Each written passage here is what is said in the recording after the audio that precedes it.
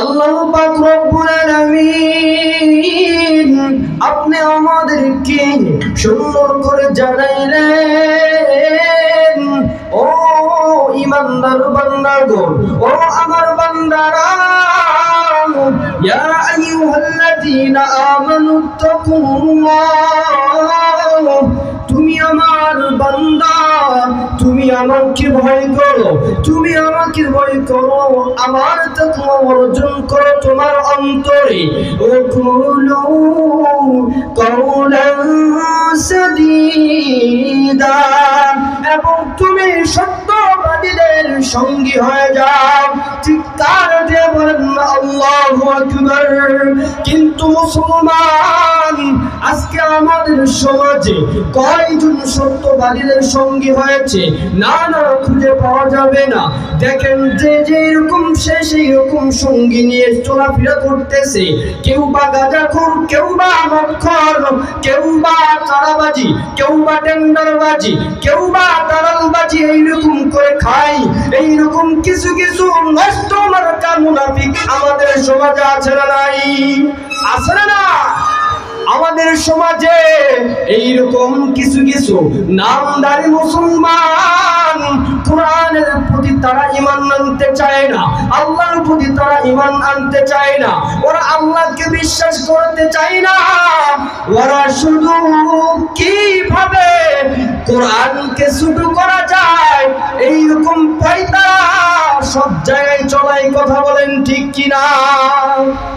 কিছু কিছু মুসলমান আছে, তারা নামাজও পড়বে না, মানুষকে নামাজের নামে অন্য একটা অপবাদ দিবে, বলবে কি যে আমি নামাজ না পড়ি আমার ঈমান ঠিক আছে। এরকম কথা বলে কি বলে না?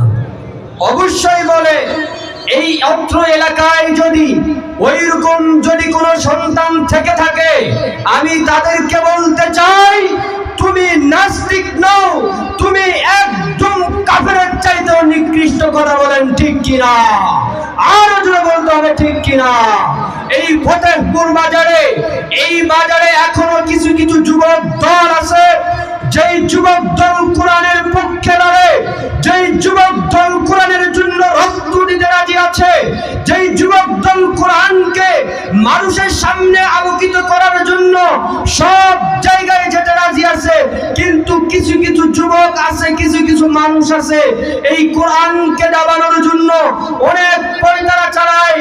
আমি তাদেরকে বলে দিতে চাই যে যদি কোনোদিন এর পরবর্তী থেকে কোরআনের প্রতি যদি কোনো আসর এসে থাকে, যদি যদি যদি কোনোদিন এই কোরআনের পক্ষে কে মুসলমান কে মুসলমান নয়, এই কোরআনের পক্ষে যারা লড়বে, কোরআনের পক্ষে যারা বৃদ্ধাঙ্গুল দেখাবে, আমাদের বাংলাদেশের তৌহিদ জনতারা আর বসে থাকবে না, আর বসে থাকবে না। কথা বলেন ঠিক কিনা?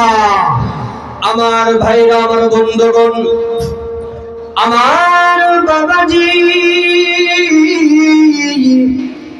আর লম্বা নয়, মূল কয়েকটা কথা বলবো বাবাজান।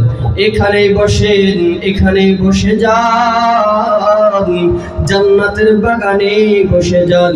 কোথাও যান না, জান্নাতের বাগানে বসলে কি আমাদের লাভ হবে? ও প্রিয় মুসলমান, বাইরে ঘোরাফেরা নষ্ট না করে, সময় নষ্ট না করি, অবশ্যই জান্নাতের বাগানে বসে যান। ওরে আল্লাহ পাক, আপনি আমাদেরকে এত ভালোবেসেছেন, এত সুন্দর করে বানাইলেন, এত সুন্দর করে দুইটা চক্ষু দান করলেন। আল্লাহ পাক আমাদের কি শুধু চাই, বান্দা তুমি আমার কাছে চাও, তুমি আমার কাছে যত চাইবা আমি বান্দা তোমার প্রতি আমি আল্লাহ অনেক খুশি হয়ে যাব।